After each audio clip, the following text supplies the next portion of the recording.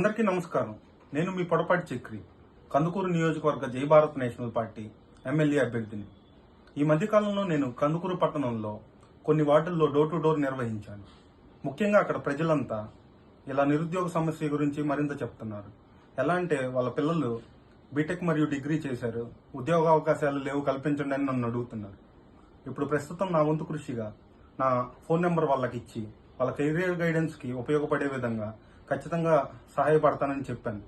అలాగే నాకు అవకాశం ఇస్తే తప్పనిసరిగా నియోజకవర్గానికి ఒక భారీ పరిశ్రమ, అలాగే పంచాయతీకి 10 చిన్న మధ్య తరహా పరిశ్రమలు తెచ్చి ఉపాధి కల్పించగలనని వాళ్ళకి భరోసా ఇచ్చాను. మీరు ఎప్పుడైనా ఆలోచించారా?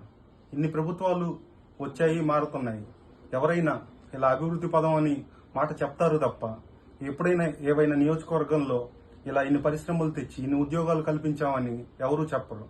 ఎందుకంటే ఇలా ప్రజలు అంధకారంలో ఉంటేనే వాళ్ళ ఆధీనంలో ఉండి డబ్బుకు సరెండర్ అయ్యి ఓటేస్తారని వాళ్ళు భావిస్తారు.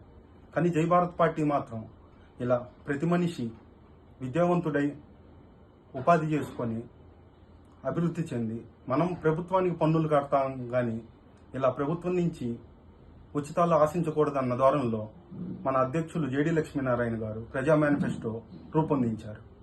ఇలా నాకు అవకాశం ఇస్తే తప్పనిసరిగా అలా ఎమ్మెల్యే నిధులు కొన్ని కోట్లు అయితే వస్తాయి ప్రతి నియోజకవర్గానికి. అవి నేను తప్పనిసరిగా పత్రికా ముఖంగా లేదా ఆన్లైన్లో ఎందుకు ఖర్చు చేస్తున్నామని నేను తప్పనిసరిగా పొందుపరుస్తాను. నాకు తప్పనిసరిగా ఒక మంచి అవకాశం మీరు కల్పించి మార్పు కోసం బ్యాటరీ టార్చ్ లైట్ గుర్తుకు ఓటేసి గెలిపించాల్సిందిగా ప్రార్థన. ధన్యవాదాలు. జై భారత్, జై హింద్.